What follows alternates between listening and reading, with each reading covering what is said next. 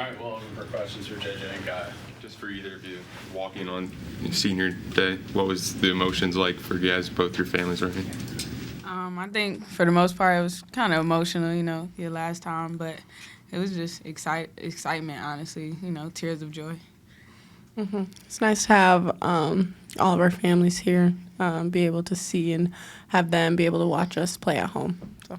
How hard is it to turn around from that moment? You have such an emotional moment to then have to go back into the locker room and get ready to play a game. It wasn't really hard. I think it kind of fired us up a little bit. I mean, your last game, well, not really your last game, but senior night, go out there and play your hearts out like it's your last. JJ, were you surprised at how emotional you got? Not really. I kind of seen my dad wipe his eyes, and I was like, oh, Lord. But other than that, I was cool. JJ, you had 29 points.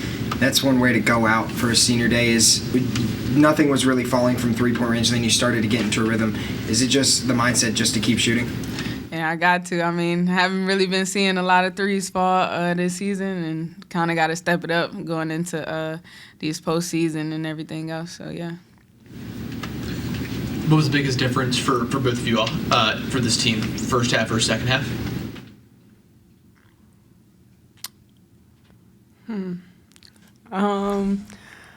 I would say probably being more aggressive in blue in our press. That kind of starts everything for us when we're getting steals and touches. So I'd say our focus was that.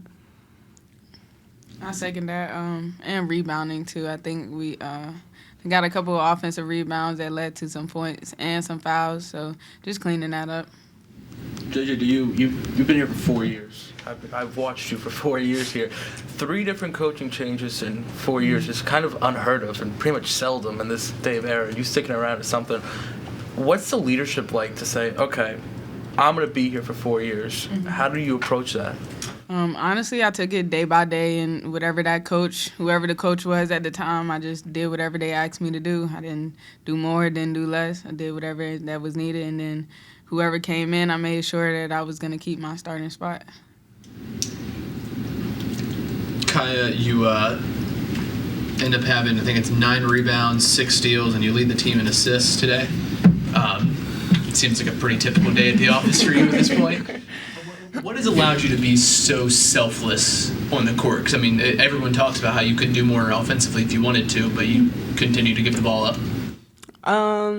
I would say that's kind of how I've always played like that, but definitely probably need to look to be more aggressive on offense. It's what my team asks of me and my coaches, so just finding a way to do that and not force things.